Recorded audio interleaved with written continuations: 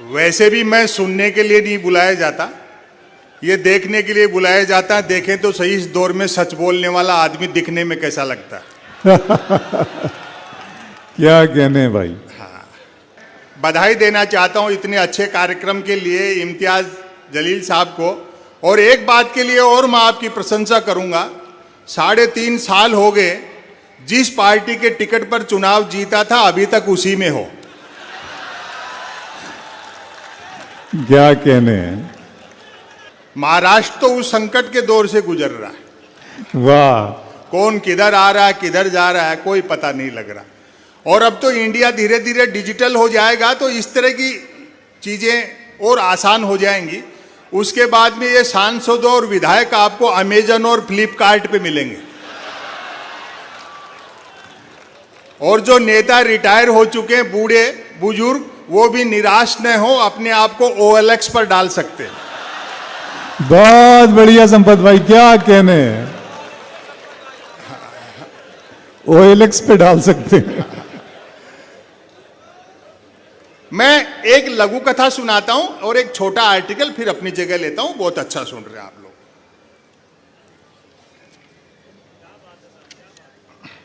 Media के लोग यहां बैठे हैं, बस बैठे ही होंगे। क्या अच्छा है संपत भाई, वाह वाह वाह वाह। अभी रुको और बैठेंगे। Breaking news. आत्मनिर्भर नामक राज्य में डिजिटल क्रांति भले ही होने को थी, पर न्यूज क्रांति हो चुकी थी। न्यूज चैनल खबरें तलाशते नहीं गढ़ते थे और देते नहीं फैलाते थे। ब्रेकिंग न्यूज की तो मारामारी रहती थी। एक दिन ज्यों ही राजा नहाकर स्नान घर से निकला, त्यों ही एक न्यूज चैनल ने एक्सक्लूसिव ब्रेकिंग न्यूज दी। राजा नहाया। बहुत अच्छे। दूसरे न्यूज चैनल ने खुशी जाहिर की, राजा आज भी नहाया। आपकी तालियां बढ़ती जाएं। राजा आज भी नहाया। तीसरे न्यूज चैनल ने अटकलें लगाई, राजा क्यों नहाया। चौथे न्यूज चैनल ने दावा किया, राजा पहली बार नहाया। पांचवें न्यूज चैनल ने आत्मनिर्भरता की पुष्टि की, राजा खुद नहाया। छठे न्यूज चैनल ने रहस्योद्घाटन किया, राजा पानी से नहाया। क्या बात है साहब। सातवें न्यूज चैनल ने ब्रेकिंग न्यूज में गर्मी भरी, राजा गर्म पानी से नहाया। आठवें न्यूज चैनल ने स्थिति और साफ की, राजा साफ पानी से नहाया। नौवें न्यूज चैनल ने गुप्त जानकारी दी, राजा स्नान घर में नहाया। और अब आपकी एक साथ तालियां उठेंगी, समापन करता हूं। राजा स्नान घर में नहाया। 10वें न्यूज चैनल ने राहत भरी ब्रेकिंग न्यूज चलाई, राजा आज तो नहाया। क्या बात है, क्या कहने साहब, क्या कहने। व्यंग्य आलेख है डिजिटल नगरी चौपट राजा भाग 19। दोपहर में राजा सर्वदमन ने छक्कर पौष्टिक भोजन ग्रहण किया और चमाचम चमकते वाश बेसिन में हाथ मुंह धोकर साफ स्वच्छ गद्दे पर पैर फैलाकर पसर गया। खिड़कियों से छन छन कर आते मंद पवन के झोंकों और जायकेदार भोजन के नशे के बावजूद जब उसे नींद नहीं आई तो उसने मसनद के सहारे अधलेटा होकर पास पड़ा सुबह का अखबार उठा लिया। मुख पृष्ठ पर पहली ही खबर का शीर्षक देखकर उसके कमल मुख से बकवास शब्द निकला और उसने अखबार को बिना खोले ज्यों का त्यों धर दिया। खबर उसके आत्मनिर्भर राज्य के किसी गांव देहात में भूख से पीड़ित बच्चों के बारे में थी। राजा सर्वदमन ने तुरंत महामात्य शांति रिपु को तलब किया और शिकायत की। महामात्य शांति रिपु, मीडिया के मेरे सिंहासन के पाये से बंधा होने के बावजूद किसी कागजी शेर ने मेरे सुशासन को बदनाम करने की हिमाकत कैसे की।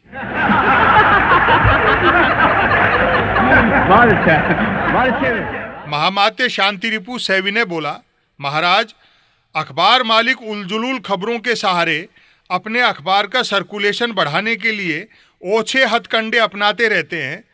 जब आप नित्य नियम से भोजन कर रहे हैं तब आपके राज्य में भला भूख की समस्या कैसे हो सकती है?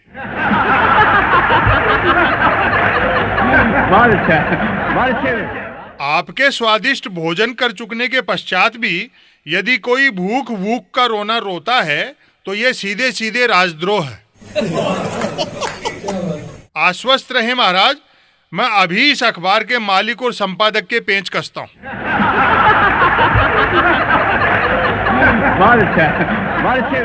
महामात्य शांति रिपु के सत्य वचनों से गदगद होकर राजा सर्वदमन उसे राज्य के विकास और प्रजा के अच्छे दिनों के बारे में बताने लगा। जब से मैंने राजमहल में रहना शुरू किया है, राज्य में किसी के पास आवास की समस्या नहीं है। महामात्य शांति रिपु ने राजमहल की छत की ओर इशारा करते हुए कहा, देखिए, आपकी कृपा से आज हर नागरिक के सिर पर मजबूत छत है महाराज।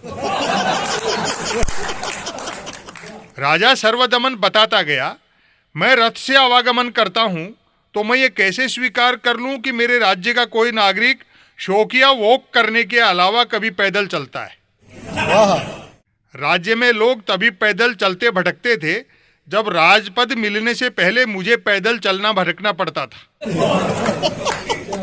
आज मेरे पास न धन का अभाव है और न साधन का। इसी से सिद्ध है कि मेरे राज्य के हर नागरिक के पास धन भी है और साधन भी। महामात्य शांति रिपु सच का साथ देता रहा, अर्थात राजा सर्वदमन की हाँ में हाँ मिलाता रहा। राजा सर्वदमन महामात्य शांति रिपु को अपना वस्त्रागार दिखाते हुए बोला, लो देखो महामात्य शांति रिपु, मेरे राज्य के प्रत्येक नागरिक के पास कितने आकार प्रकार के कितने ढेरों ढेर वस्त्र हैं। मेरा सामान्य सरदर्द होने पर ही कैसे एक से एक विशेषज्ञ चिकित्सक दौड़े आते हैं। मेरे राज्य में प्रजा को कितनी शानदार चिकित्सा सुविधा सुलभ है। सर्दियों में जब मैं राजमहल में हीटर चलवा लेता हूं तब राज्य से सर्दी सदा के लिए विदा हो जाती है और ऋतुएं केवल 5 रह जाती हैं।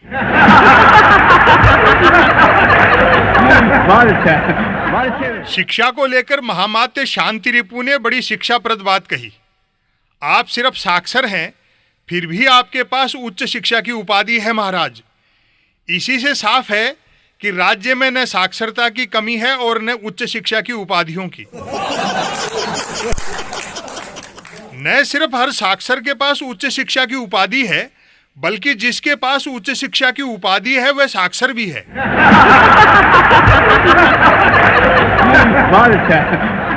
अंत में राजा सर्वदमन ने स्वीकारा, हाँ, संसार में भयंकर पीड़ा उस समय जरूर थी जब मेरे पांव में बिवाइयां फटी हुई थी।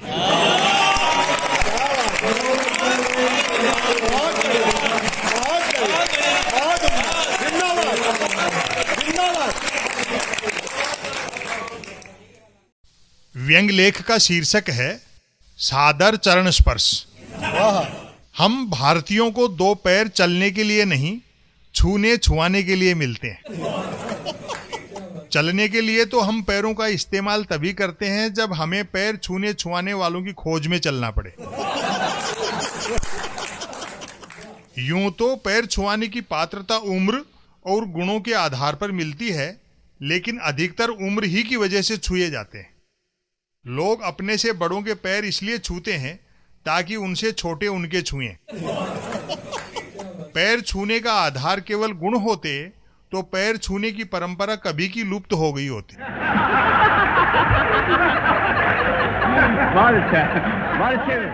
मान्यता के अनुसार पैर इसलिए छुए जाते हैं ताकि छुआने वाले के गुण छूने वाले में उतर सकें। यदि ऐसा हुआ होता तो आज वे पैर छूने वाले भी उन्हीं जेलों में होते जिनमें उनसे छुआने वाले बंद हैं।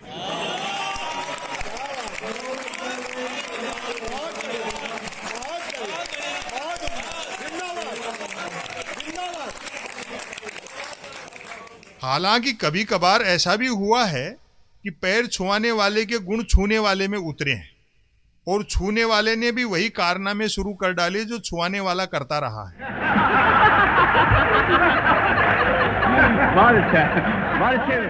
पैर छूने के कई एंगल और भाव होते हैं। झुके, एक हाथ से एक पैर छुआ और सीधे हुए, जैसे उसके पैरों में पड़ा सिक्का उठाया हो। वैसे तो दोनों पैर छूने को हाथ भी दो मिले हैं, लेकिन एक हाथ से दोनों पैर भी छुए जाते हैं और दोनों हाथों से एक पैर भी। जब से कैमरे वाला फोन चलन में आया है, बच्चे माता पिता के पैर भी सेल्फी लेते हुए छूते हैं और माता पिता तय ही नहीं कर पाते कि उनसे आशीर्वाद लिया जा रहा है या उन्हें दिया जा रहा है।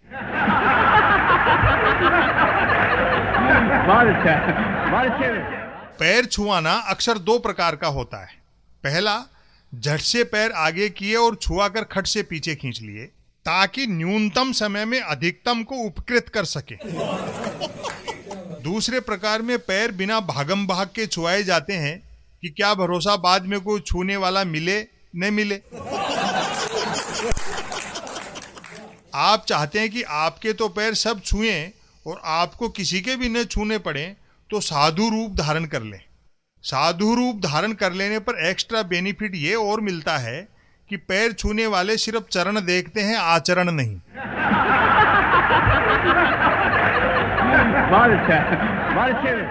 मैं न किसी से पैर छुआता हूं और न किसी के छूता हूं। घर परिवार में आदर स्नेह का लेन देन मन वचन कर्म से सहज रखता हूं। घर परिवार से इतर हाथ मिलाता हूं या हाथ जोड़ता हूं, सज्जनों के नजदीक से और दुर्जनों के दूर से। मुझे डर रहता है कि मेरे पैर छूने छुआने से यदि सच में गुणों का आदान प्रदान हो गया तो लेने के देने पड़ जाएंगे। कोई मेरे पैर छुएगा तो बेचारा लिखने पढ़ने के अलावा कुछ नहीं कर सकेगा, और मैं किसी के पैर छूऊंगा तो लिखने पढ़ने से भी जा सकता हूं।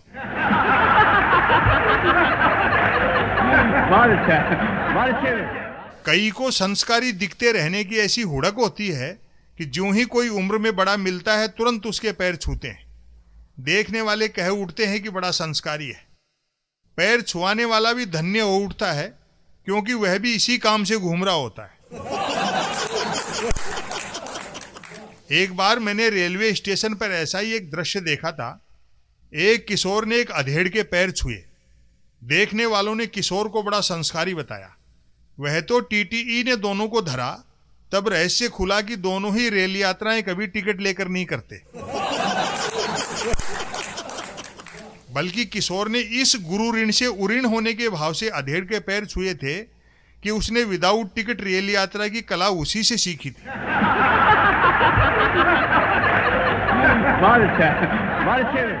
पैर छूना सिर्फ उसका बनता है जिसने छुआने वाले को उधार दे रखा हो और बार बार मांगने पर भी वह लौटा नहीं रहा हो।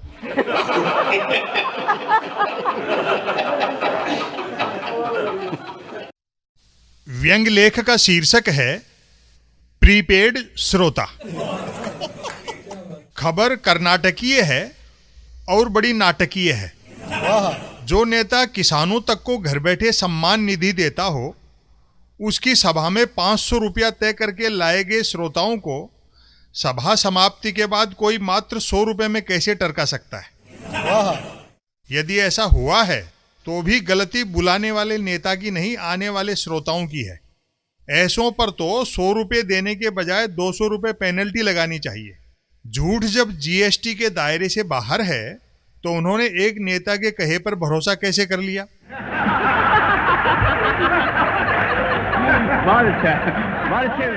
एक समय प्रधानमंत्री को लोग तकलीफें झेलते हुए अपने खर्च पर सुनने आते थे। फिर उसकी सभाओं में आने वालों के लिए बस, ट्रेन, नाश्ता, भोजन की व्यवस्था की जाने लगी और अब नौबत पेमेंट मांगने तक आ चुकी है।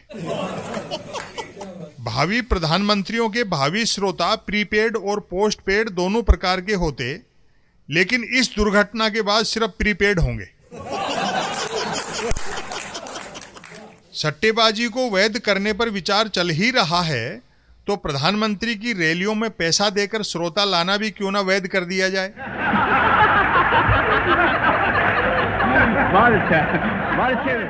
हर बात की रेटें तय हों। सभा में जाने के इतने पैसे, सभा स्थल पर बैठने के इतने और बैठे रहने के इतने, बैठकर भाषण भी सुनना हो तो इतने। प्रधानमंत्री का भाषण बैठे बैठे सुनने और खड़े खड़े सुनने की दरें अलग अलग होनी चाहिए। भाषण के दौरान जय बोलने और नारे लगाने का पैसा अलग से मिलेगा या उसी पैकेज में शामिल रहेगा, यह सब पहले से क्लियर रहे तो बेहतर हो। अन्यथा वक्ता के लिए जिंदाबाद और उसके विरोधी के लिए मुर्दाबाद बोलने वाले उल्टा भी बोल सकते हैं।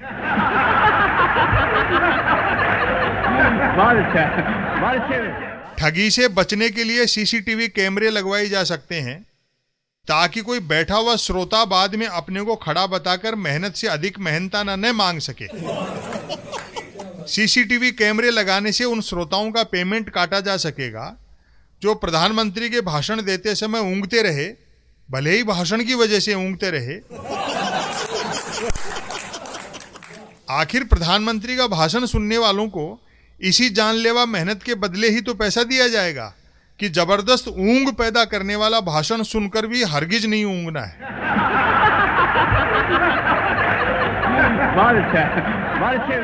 विवादों के निपटारे के लिए कंज्यूमर कोर्ट बनाए जा सकते हैं ताकि वक्ता और श्रोता दोनों को न्याय मिल सके। प्रधानमंत्री अपना भाषण तय समय से लंबा खींच मारे या कोई श्रोता प्रधानमंत्री का भाषण बेमन से सुनकर मन से सुनने का पेमेंट उठा ले तो यह सरासर सेवा दोष माना जाए।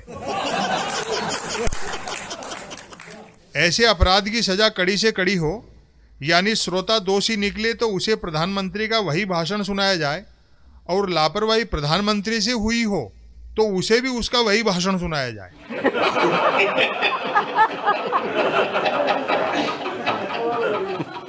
आर्थिक युग में अनर्थ भी बिना अर्थ नहीं किया जाता।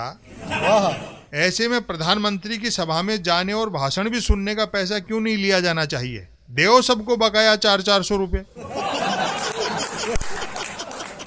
अभी तो ये अंगड़ाई है, आगे और लड़ाई है। श्रोता समझदार हो चुके हैं। सभा में जाकर मुफ्त भाषण सुनना तो दूर, घर बैठे मन की बात सुनने के भी पैसे मांग सकते हैं।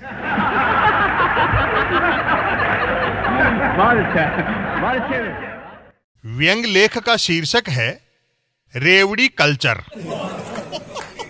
लोक कल्याण के वादे पर चुनी हुई सरकार लोक कल्याण को ही रेवड़ी कल्चर कहे तो यह न सिर्फ कल्चर का अपमान है बल्कि रेवड़ी का भी अपमान है। क्या गजब बेशर्मी है। सोशल वेलफेयर की बात आए तो रेवड़ी कल्चर नहीं चलेगी, ऐसा उसी कमल मुख से बोलते हैं जिससे बोलकर वोट ऐसे मांगे थे जैसे रेवड़ी मांग रहे हैं।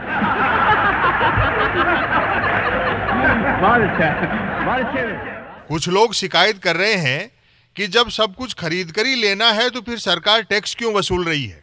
तो भैया, सरकार टैक्स वसूल रही है कड़े निगरानी खर्च के लिए कि कोई नागरिक बिना भुगतान किए तो कोई चीज नहीं ले रहा है। यदि किसी ने नाक में लगी चिप बिना रिचार्ज कराए पेड़ से ऑक्सीजन ले ली तो उसका वही अपराध माना जाएगा जो पाइपलाइन से पेट्रोल डीजल चुराने पर होता है।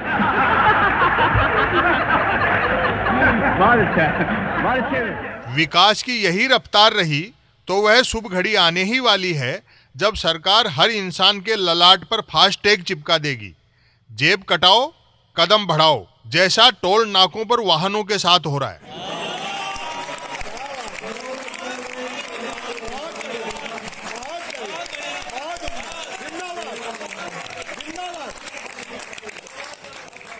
बरसात में भीग गए तो नहाने का शुल्क लगेगा। पेट्रोल पंपों की तर्ज पर पानी के भी पंप होंगे और अलग अलग पानी की अलग अलग दरें होंगी। प्याऊ लगाना जलद्रोह माना जाएगा।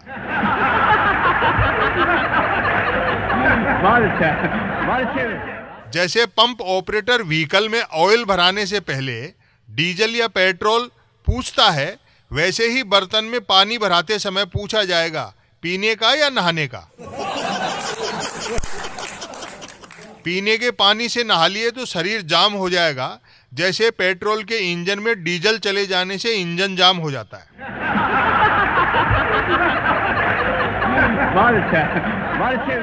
मीटर पहले लगेगा और नल बाद में। ऐसा नहीं होगा कि पानी पियो और बिल भरो। जितने का मीटर रिचार्ज कराओगे उतना ही पानी मिलेगा। नदी, कुएं, तालाब में बिना सिक्का डाले बर्तन डाल दिया तो पानी में छिपकर बैठे सरकार के लोग हाथों से बर्तन छीन लेंगे। मकान की छत आपकी होने पर भी छत पर बरसे पानी पर आपका अधिकार नहीं होगा। टपकती छत से भीतर गिरे पानी का बूंद बूंद हिसाब देना पड़ेगा। टपकने वाली जगहों के नीचे बर्तन रखने होंगे और पूरा पानी सरकार के खजाने में जमा कराना होगा। वसूली पर उतारू सरकार किसी भी स्तर तक उतर सकती है। मोर नाच दिखाने का पेमेंट लेगा और कोयल तभी कूकेगी जब टिकट खरीद लोगे। बीन बजने पर सांप इसलिए नाचता है क्योंकि सपेरा बीन पर सिक्के चिपका कर रखता है।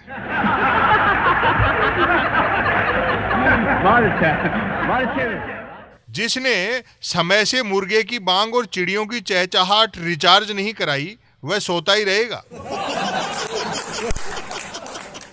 न सिर्फ शेर दहाड़ सुनाने का मेहनताना लेगा बल्कि बिना मेहनताना दिए बिल्ली भी म्याऊं नहीं बोलेगी। मेहनताने के साथ अच्छी टिप मिलने पर बिल्ली भी दहाड़ेगी।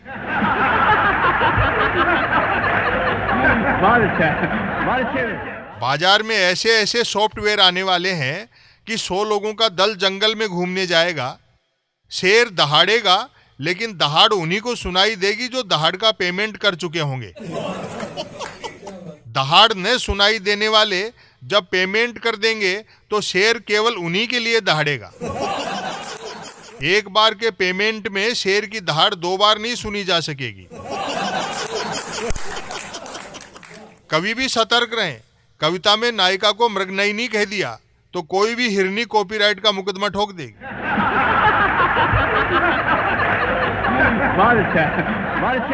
अब रेवड़ी कल्चर कतई नहीं चलेगी। हर प्रकार की भीख भी जीएसटी के दायरे में आ सकती है सिवाय वोटों की भीख के।